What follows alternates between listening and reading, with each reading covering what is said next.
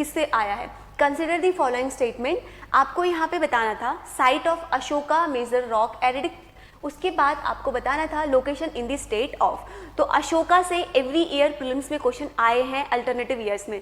तो PYQ जब भी आप एनालिसिस कर रहे हैं मेरे साथ, तो प्लीज़ जो भी टॉपिक यहाँ पे आ रहे हैं उसको एक बार उसके रेफरेंस बुक से जो भी आपने पढ़ा है उससे एक बार उसको रिवाइज कर लीजिए, सो दैट आपका जो कंसेप्ट है उसकी क्लैरिटी अच्छी से हो जाए। ठीक है, चलिए अगर इस क्वेश्चन को अप्रोच करने का देखिए क्या तरीका है। इस बार के प्रीलिम्स में जो 2022 में हुआ था, इसमें ऑप्शंस थोड़े से डिफरेंट थे, आपको एलिमिनेशन करने में थोड़ा प्रॉब्लम होता, because only 1 pair, only 2 pair, only 3 pair, all 4 pair, इस तरीके के स्टेटमेंट्स यहाँ पे बने थे। तो अगर आपने NCERT को ध्यान से पढ़ा है तो आपको एक ऑप्शन तो एटलीस्ट आप एलिमिनेट कर देते। NCERT में आपका चार्ट गिवन है, एक मैप गिवन है जिसमें बताया है कि अशोका की मेजर रॉक एडिक्ट साइट्स कौन सी हैं। ठीक है, चलिए पहले तो पहली बात तो आपका NCERT पढ़ा होना चाहिए, तभी इस क्वेश्चन को अटेम्प्ट कर पाएंगे। तो देखिए अब कुछ नहीं पता, अगर मैं इस क्वेश्चन को अटेम्प्ट कर रही हूँ तो आई विल ट्राई कि हाँ इर्रागुड़ी जो है नेम देखने को मिल रहा है आंध्र प्रदेश, तो जनरली इस तरीके के नेम साउथ इंडिया में देखने को मिलते हैं। तो अगर मैं इसको अटेम्प्ट करती हूँ तो मैं आई विल ट्राई कि हाँ सेकेंड इज द करेक्ट। अगर NCERT पढ़ी है तो मैं फर्स्ट को भी एलिमिनेट कर सकती थी। चलिए समझते हैं पहले, फिर हम क्वेश्चन पे वापस आएंगे।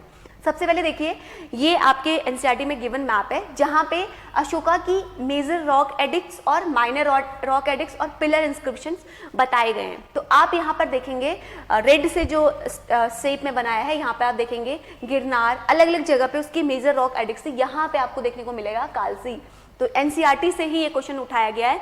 तो आप लोग समझिए कितना इंपॉर्टेंस है NCERT का, स्पेशली हिस्ट्री की इन दी प्रीलिम्स एग्जाम। तो यहाँ से क्वेश्चन आया। तो अब देखिए पहला ऑप्शन आपको पता चल गया कालसी कहाँ पर है, ये उत्तराखंड के रीजन में देखने को मिल रहा है। लेट्स सी दी ऑप्शन की क्या पूछा है एग्जामिनर ने हमसे। एग्जामिनर कह रहा है कि ये जो है कालसी कर्नाटका में है। ठीक है, तो ये तो एकदम डेफिनेटली इनकरेक्ट हो गया है ना, तो यानी कि ऑल 4 पेयर तो हमारे क्या हो गए, इनकरेक्ट हो गए। नाउ वी हैव 3 ऑप्शंस, ठीक है, कि ओनली 1 पेयर होगा, 2 या 3। चलिए अब मूव करते हैं एंड इसके एक्सप्लेनेशन को समझते हैं पहले। तो प्लीज इस चार्ट को एक बार ध्यान से देख लेना, मेजर रॉक एडिक्ट, माइनर कौन से हैं, पिलर इंस्क्रिप्शंस कहाँ कहाँ पे हैं। ठीक है, तो अब मूव करते हैं आगे को। चलिए देखिए सबसे पहले है धौली।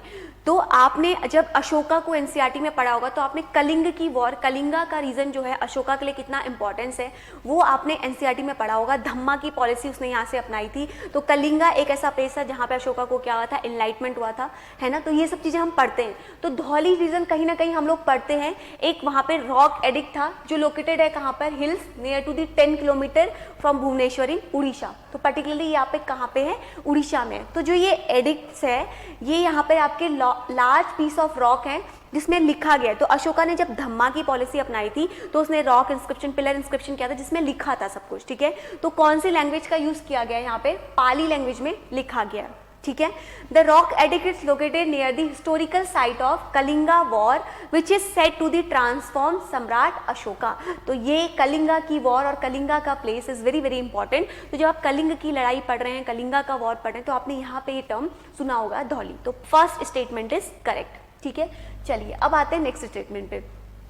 तो नेक्स्ट स्टेटमेंट देखिए, एर्रागुडी जो है ये आपका रॉक एडिक्ट है, कहाँ पे है, कुर्नूल डिस्ट्रिक्ट में लोकेटेड है इन दी आंध्र प्रदेश। तो जो इंस्क्रिप्शन है were one of the important treasure of Maurya king Ashoka falling under the major and minor rock inscriptions. तो ध्यान रखना है एर्रागुडी के बारे में, अगर नेक्स्ट टाइम प्रीलिम्स में फिर से रिपीट होता है, बिकॉज प्रीवियस ईयर के क्वेश्चन रिपीटेड होते हैं, तो कहाँ पर है, कुर्नूल डिस्ट्रिक्ट इन आंध्र प्रदेश। तो second statement is also correct. Third पे आते हैं, थर्ड है आपका जोगड़ा। तो ये आपका कहाँ पे है, second place in Orissa. This place is also in Orissa. तो उड़ीसा का एक इंपॉर्टेंस है बिकॉज कलिंगा वॉर वहाँ पे बहुत ज़्यादा, वहीं पे सबसे ज़्यादा रॉक एडिक्शन किए गए थे। Where the treasure of major Ashoka rock edicts, Ashoka inscription in Junagadh is one of the rock face about the 30 feet long height and 50 feet high। तो जो रॉक एडिक्ट इंस्क्रिप्शन है यहाँ पे आपका कौन सी लैंग्वेज का यूज किया गया है, प्राकृत लैंग्वेज का यूज किया गया है in Brahmi script. Have information about the, किस चीज के बारे में इंफॉर्मेशन है यहाँ पे, better administration policies based on the Ashoka humanitarian consideration. तो अशोका की जो भी पॉलिसीज थी उसी के बारे में यहाँ पे लिखा गया है। तो third statement is also correct. अब आते हैं लास्ट स्टेटमेंट पे। तो लास्ट स्टेटमेंट हमने NCERT की हेल्प से एलिमिनेट कर दिया था। ये आपका स्मॉल टाउन है जो कि कहाँ पे लोकेटेड है, between the Jakarta and Dehradun on the bank of Yamuna river in Uttarakhand. ठीक है। The site of Ashoka inscription at Kalsi is singularly unique as it is the only place in the North India where the great Mauryan Empire has inscribed the set of 14 rock edicts। तो देखिए जहाँ पर different कुछ हुआ है वही rock addicts का नाम एग्जाम में पूछा गया है, ठीक है। तो यहाँ से हमारा करेक्ट आंसर क्या होता है, 3 पेयर इज दी करेक्ट। चलिए अब मूव करते हैं नेक्स्ट क्वेश्चन पे। नेक्स्ट क्वेश्चन देखिए क्या है, Which one of the following statement about the Sangam literature in ancient South India is correct? तो आप जब भी साउथ इंडियन हिस्ट्री पढ़ते हैं वहाँ पे संगम लिटरेचर का जिक्र होता ही होता है, ठीक है। तो अब संगम क्या था, आपने थोड़ा बहुत भी पढ़ा होगा तो आपको पता होगा, यहाँ पे डिफरेंट पोएट्स आते थे, वहाँ पे बहुत सारी चीज़ें थी। तो अब यहाँ को इसको हम लोग with the help of basic information से भी हम सॉल्व कर सकते हैं। डज नॉट रिक्वायर कि आपको पूरा पता होना चाहिए संगम लिटरेचर में क्या था। स्टेटमेंट को ध्यान से पढ़ना है एंड मेरे साथ ट्राई करेंगे इसको अटेम्प्ट करने का। Sangam people are devoid of any reference to the material culture, any reference to the material culture, ये चीज बोली गई है फर्स्ट स्टेटमेंट पे, तो थोड़ा सा ट्विस्ट लग रहा है। सेकंड में आइए, the social classification of varna was known to the Sangam poet. तो आपको पता है संगम लिटरेचर में भी वर्णा के बारे में बात किया गया, बट यहाँ पे जाति का कोई वर्णन नहीं है। उसके बाद देखिए इसको थोड़ा सा हम समझते हैं कि हाँ पॉजिटिव सा है, मे भी हो सकता है। अगला देखिए, Sangam poem have no reference to the warrior ethics. अभी कुछ दिन पहले ही हमने परसों के आर्टिकल में ही, कल के आर्टिकल में हमने डिस्कस किया था कि संगम पोएम का क्या है, वहाँ पे वॉरियर के लिए क्या बनाया जा रहा है, वहाँ पे मैंने आपके साथ डिस्कस किया था। तो देखिए नो रेफरेंस, तो ये तो एकदम ही इनकरेक्ट है, तो आप इसको डेफिनेटली इनकरेक्ट कर सकते हैं। तो ऐसे ही आपको ऑप्शन को एलिमिनेट करना है जो डेफिनेटली इनकरेक्ट है। अगला देखिए क्या लिखा है, Sangam literature refers to the magical forces as irrationals. तो ये भी थोड़ा एकदम नेगेटिव सा लग रहा है, तो इसको भी आप एकदम एलिमिनेट कर दीजिए। नाउ अब आप कंफ्यूज हो सकते हैं ए एंड बी में, बट अगर आपने इतना भी एलिमिनेट कर दिया तो it will be easy for you to answer कि ए होगा या करेक्ट होगा, बी होगा, ठीक है। चलिए समझते हैं अब इसको इन डिटेल। तो सबसे पहले देखिए संगम लिटरेचर जो है ये अर्लीस्ट राइटिंग थी इन दी तमिल लैंग्वेजेस, ठीक है। thought to have been produced in 3 चकमास और लिटरेसी एकेडमिक इन मदुरई। मदुरई वहाँ पे फेमस प्लेस था, India for the 1st to 4th century CE। तो संगम लिटरेचर के बारे में पहली चीज आपको पता होना चाहिए, earliest writing in the Tamil languages है, ठीक है। चलिए अब जो ऑप्शंस दिए हैं उसको हम समझते हैं। तो पहला स्टेटमेंट हमारा क्या है, इनकरेक्ट है। क्यों है इनकरेक्ट, जैसे मैंने आपको बताया एनी मटेरियल लिखा हुआ है। इसके अलावा देखिए यहाँ पे क्या होता था, संगम पोएट जो हैं वो कंटेन करते थे सेवरल इंसिडेंट्स।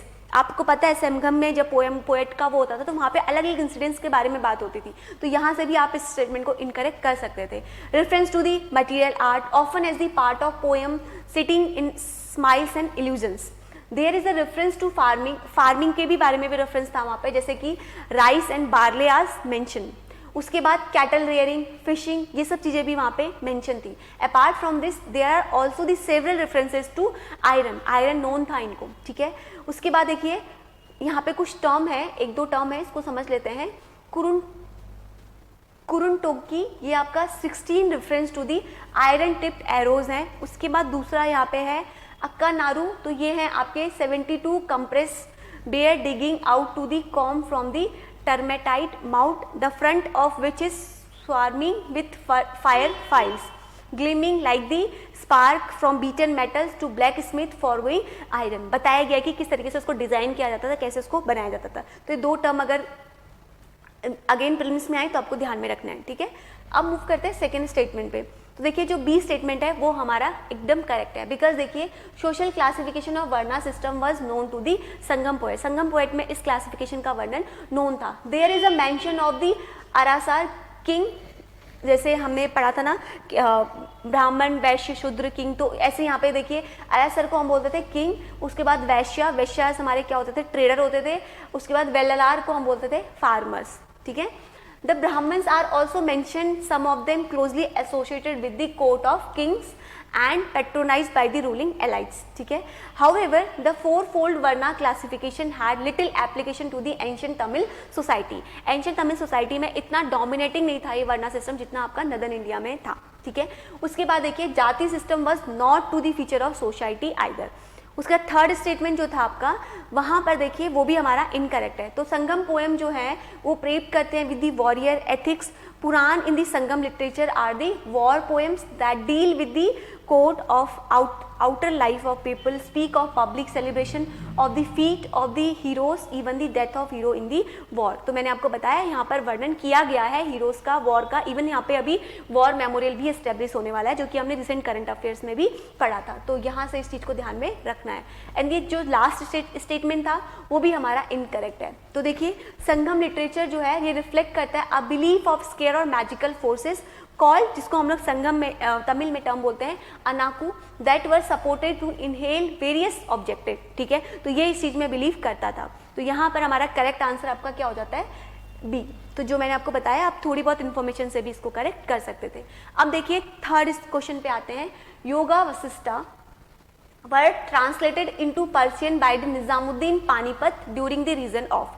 अब देखिए, मे बी आप लोगों में से बहुत सारों को इसको ये क्वेश्चन नहीं पता होगा, it will like a very difficult question, but अगर आप थोड़ा बहुत लॉजिक इनके वर्क और इनके करेक्टर पे जाएंगे तो आप इसको आंसर कर सकते हैं। देखिए, ड्यूरिंग द पानीपति, इससे भी गेस कर सकते हैं कि हाँ पानीपत वाला जो था वो अकबर ही था, या अगर ऐसे भी नहीं पता तो आप ऐसे भी कर सकते हैं। औरंगजेब के बारे में आपको पता है, अगर उसने क्या वर्क किया है, शाहजहां और हुमायूं के बारे में पता है, तब भी आप इसको कर सकते हैं। ठीक है, तो इसमें यहाँ पर हुमायूं के बारे में आपको पता है, शाहजहां ने ताजमहल, फोर्ट ये सब डेवलप किए। औरंगजेब तो आपका एकदम लास्ट का रूलर था। उसके बाद हुमायूं तो पोएट्री और ये सब में ही था, एक वीक रूलर भी था। अकबर जो था वही ग्रेट लीडर था। तो जब भी ऐसे क्वेश्चन आए तो आप अकबर को ही आंसर किया करिए। तो इसका करेक्ट आंसर आपका ए ही है, अकबर। तो देखते हैं अब ये है क्या। अगर हम बात करें ये योगा वशिष्ठा है क्या, तो योगा वशिष्ठा जो है इसको हम लोग एक और नाम से बोलते हैं वशिष्ठास योगा। ये क्या है? एक हिंदू स्पिरिचुअल टेक्स्ट है जो ट्रेडिशनली एट्रीब्यूटेड है किसको? वाल्मीकि को। तो वाल्मीकि के बारे में आपको पता होगा, please mention the comment box कि वाल्मीकि कौन थे। इन रिकाउंट और disclosure of the sage Vashishtha to a young princes Rama. ठीक है, राम के बारे में भी आपने सुना होगा। The content of Vashishtha teaching to Rama are associated with the Advaita Vedanta, जिसका illusory nature of the manifest world and principle of non duality. ठीक है, तो जो ये बुक है ये आपकी किस टाइम पे लिखी गई है? 11 to 14 सेंचुरी एडी के टाइम पे लिखी गई है। ठीक है, तो योगा वशिष्ठा जो है ये ट्रांसलेट की गई थी into the Persian by the Nizamuddin Panipat during the reason of Akbar. तो इसके बारे में ध्यान रखना है। अब देखते हैं नेक्स्ट क्वेश्चन। नेक्स्ट क्वेश्चन देखिए, रामार्जुना उस समय न्यूज में थे, तो उसी से यहाँ से उनके हिस्ट्री का बैकग्राउंड से क्वेश्चन पूछ लिया था।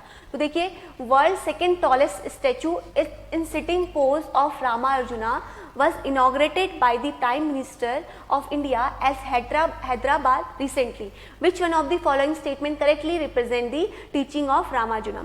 तो अब इनकी बेस्ट टीचिंग को कौन सा स्टेटमेंट बेस्ट डिस्क्राइब करता है? तो देखिए, the best mean of salvation was devotion. Second है, Vedas are eternal self existence and holy authoritative. Third है, logical argument was essential mean for the highest bliss. Last है, salvation was to be obtain through the meditation. तो अब इसमें से आपको correct answer बताना था कि which one is the correct answer. तो आप यहाँ पर भी डेफिनेटली इनकरेक्ट जो ऑप्शन है उनको आप इनकरेक्ट कर सकते हैं।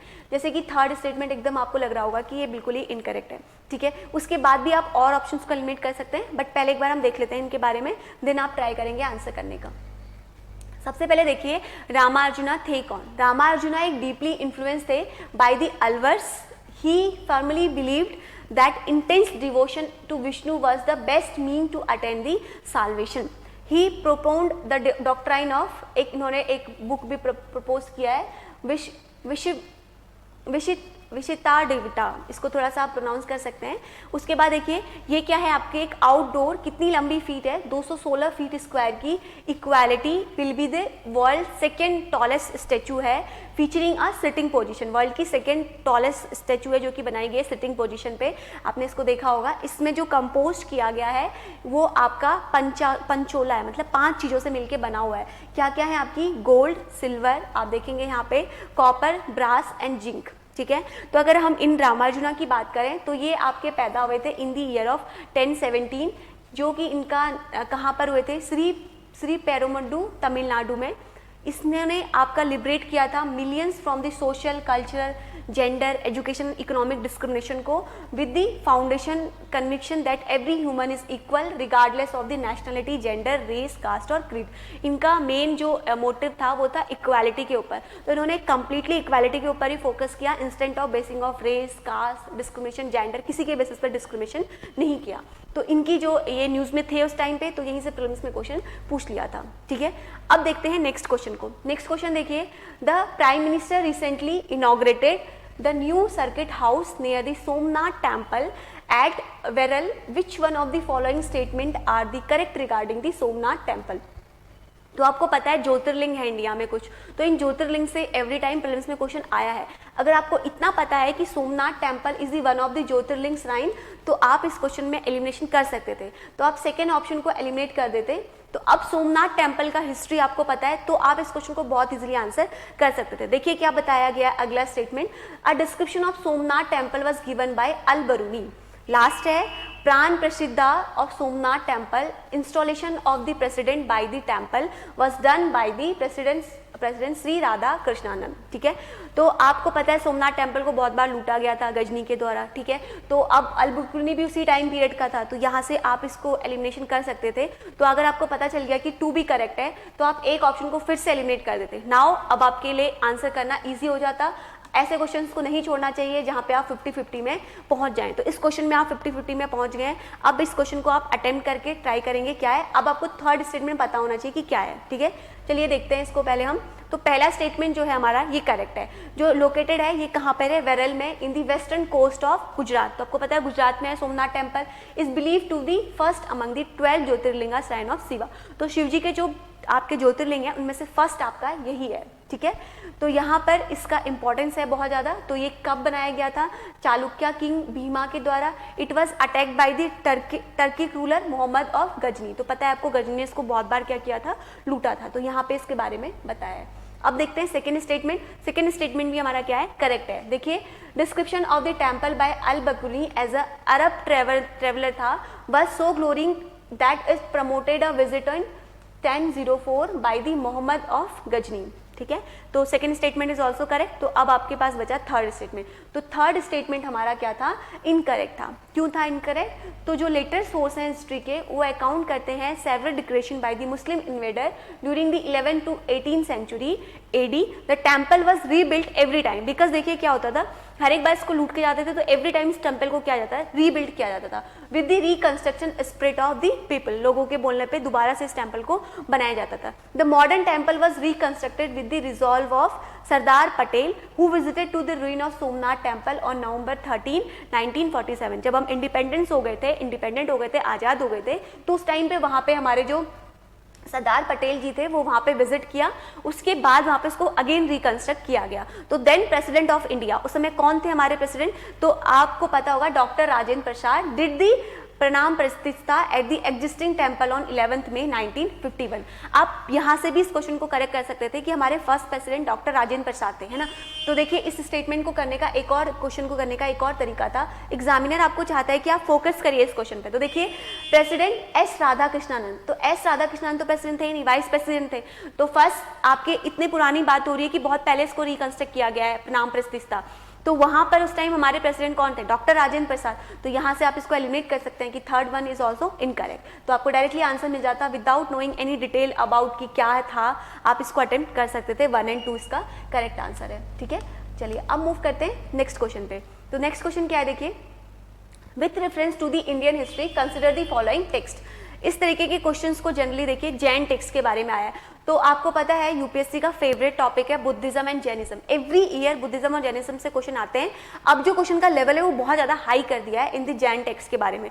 तो आई थिंक इतने डिटेल में किसी भी कैंडिडेट ने नहीं पढ़ा होगा, इतना ज़्यादा डिटेल में नहीं पता होता है हमें कि ये टेक्स्ट कौन से इसमें से बुद्धिज्म के हैं, कौन से इसमें जैनिज्म के। तो अगर एग्जाम हॉल में आपको ऐसे क्वेश्चन नहीं पता है तो प्लीज़ ब्लाइंड गेस मत करिए, लीव कर दीजिए ऐसे क्वेश्चन को, ठीक है। बट देख लेते हैं यहाँ पे हम लोग नट्टी पकरान, उसके बाद है अजीब से पूरे टर्म्स हैं, परिस्था परवान, उसके बाद है अवदांस कत्ता, लास्ट है आपका त्रिशातिकाला महापुराना, ठीक है। ये अलग अलग नेम है। तो देख लेते हैं कौन सा टेक्स्ट किससे बिलोंग करता है। आप इसको एक बार जस्ट रीड कर लेना और थोड़ा सा गो थ्रू हो जाना, ठीक है। तो पहला स्टेटमेंट हमारा है इनकरेक्ट है, ठीक है। तो जो ये वाला टेक्स्ट है ये आपका बिलोंग करता है किससे, बुद्धा के डिसिप्लिन को बताता है, ठीक है। सेकेंड स्टेटमेंट हमारा करेक्ट है, ये आपका जैन के टेक्स्ट को ही बताता है, इसमें आपका हिस्ट्रीज बताई गई हैं अर्ली जैन टीचर्स की, ठीक है। थर्ड स्टेटमेंट की अगर हम बात करें तो थर्ड स्टेटमेंट भी हमारा इनकरेक्ट है। तो थर्ड स्टेटमेंट जो है 100 ऑफ ग्लोरियस डीड, ये यहाँ पे आपके जकार्ता स्टोरीज बताता है बुद्धिस्ट टेल्स की, ठीक है। तो जकार्ता स्टोरीज के बारे में हमने पढ़ा होता है, अगर आपने ये ऑप्शन पढ़ा होता तो थोड़ा बहुत आप इस क्वेश्चन को अटेम्प्ट कर सकते थे। और जो फोर्थ स्टेटमेंट है वो हमारा करेक्ट है। तो यहाँ पर ये आपका जैनिज्म के बारे में बताता है during the rule of Rashtrakutas, ठीक है। तो राष्ट्रकूटास का भी हम लोग हिस्ट्री में पढ़ते हैं, तो अगर पता है तो इस तरीके के क्वेश्चन अटेम्प्ट करिए, अदरवाइज लीक कर दीजिए। आपको इसका जो है टेलीग्राम पे मिल जाएगा, वहां से इसको रीड कर सकते हैं, ठीक है। अब देखते हैं नेक्स्ट क्वेश्चन। नेक्स्ट क्वेश्चन क्या है, देखिए, with reference to the history consider the following statement. आपको हिस्टोरिकल पर्सन दिए थे एंड नोन एज, ठीक है। अगेन देखिए बुद्धिज्म और जैनिज्म से ही क्वेश्चन आया। आर्यदेवा जैन स्कॉलर थे, दिंगनागा बुद्धिस्ट स्कॉलर थे, लास्ट है आपका नाथ मुनि, ये वैष्णवा स्कॉलर थे। तो इसमें आपने अगर एक भी ऑप्शन चुना है तो आप इसको अटेम्प्ट कर सकते हैं। This was again a very tough question. तो देखिए यहाँ पे इसको समझते हैं, ऑप्शन सिमिलर। दूसरा डिफिकल्टी क्या थी कि ऑप्शंस जो हैं वो आपके ओनली 1 पेयर 2 पेयर इस तरीके से दिए थे, तो एलिमिनेट करना थोड़ा सा डिफिकल्ट हो रहा था। तो चलिए समझते हैं इसमें कौन किस रीजन से बिलोंग करता है। तो पहला स्टेटमेंट जो है हमारा यहाँ पे वो हमारा इनकरेक्ट है। तो जो आर्यदेवा है ये 3rd सेंचुरी में a discipline of Nagarjuna is a central figure of development of early Indian महादेमा का फिलॉसफी। तो ये आपका स्कूल ऑफ किससे है, बुद्धिज्म से है, ठीक है। तो इनके बारे में पढ़ा होगा आपने आर्यदेवा के बारे में। तो ये फॉलोवर्स से विच वॉज कॉल्ड द मध्ययामिकास, ठीक है। तो उसके बाद जो आपका 2 प्रिंसिपल स्कूल थे आपके महायाना बुद्धिज्म। तो बुद्धिज्म जो है यहाँ पर बता देती हूँ आपको मैं, बुद्धिज्म जो है लेटर टाइम में 2 पार्ट्स में डिवाइड हो गया था, हिनायना और महायाना, ठीक है। तो ये किस से बिलोंग करते थे, महायाना से। तो इससे भी क्वेश्चन बने हैं। सेकेंड जो पेयर है वो हमारा करेक्ट है। तो दिंग नागा जो थे आपके, ये आपके एक बुद्धिस्ट लॉजिशियन एंड ऑथर थे, ठीक है। यहाँ पे इन्होंने एक बुक भी लिखी है, प्रणाम सूचिया, अजीब सा नाम है, आप देख लीजिए, compilation of means of true knowledge, ठीक है। उसके बाद थर्ड स्टेटमेंट जो है वो भी हमारा करेक्ट है। तो 2 स्टेटमेंट हमारे यहाँ पे करेक्ट होते हैं। नाथ मुनि जो थे वो फाउंडर थे, अ संस्कृत तमिल स्कॉलर एंड श्रीरंगम तमिलनाडु में, जिन्होंने आपका कंट्रीब्यूट किया था वैष्णवाती सेंटर ऑफ साउथ इंडिया में, ठीक है। तो 2 स्टेटमेंट हमारे करेक्ट हो गए। अब इसका लास्ट क्वेश्चन जो इस ईयर में पूछा गया था हिस्ट्री के आर्ट एंड कल्चर से, अकॉर्डिंग टू दी कौटिल्य अर्थशास्त्र which one of the following is correct. तो कौटिल्य के अर्थशास्त्र के अकॉर्डिंग कौन से स्टेटमेंट इसमें करेक्ट है। A person could be a slave as a result of judicial punishment. Second है, if a female slave born her master a son she was legally free. Last है, if a son born to a female slave was father by the master the son was entitled to a legal status of the mother son. तो अब यहाँ पे आपको eliminate करना है options को। तो प्लीज इसको 1-2 बार स्टेटमेंट को पढ़िए एंड ट्राई करिए एलिमिनेट करने का। डिस्कस करते हैं इसको आपके साथ। तो पहला स्टेटमेंट जो है हमारा वो करेक्ट है, ठीक है। क्यों है, यहाँ पर सेवरल टाइप के ऐसे हैं जिसमें ये बताया गया है, given in Arthashastra, 1 the prime method of enslavement was the have a person as the slave as a result of judicial punishment for some sort of criminal. इसमें आप इसको ऐसे भी कर सकते थे एलिमिनेट। अगर देखिए स्लेव कब बन रहे हैं, उन्होंने कुछ गलती करी है एज अ जुडिशियल पनिशमेंट, तो इट सीम लाइक कि ये करेक्ट हो सकता है, एक पॉजिटिव तरीके का स्टेटमेंट आपको दे रहा है। तो अगर आप इसको करेक्ट मानते हैं तो आप बी को एलिमिनेट कर देंगे। अब आपके पास 3 ऑप्शन बचते हैं, ठीक है। अब देखिए सेकेंड ऑप्शन को पढ़ते हैं। Second option is also correct. यहाँ पे अगर कोई इस तरीके की फीमेल उसको पैदा करती है तो ये होता था, ये करेक्ट है, ठीक है।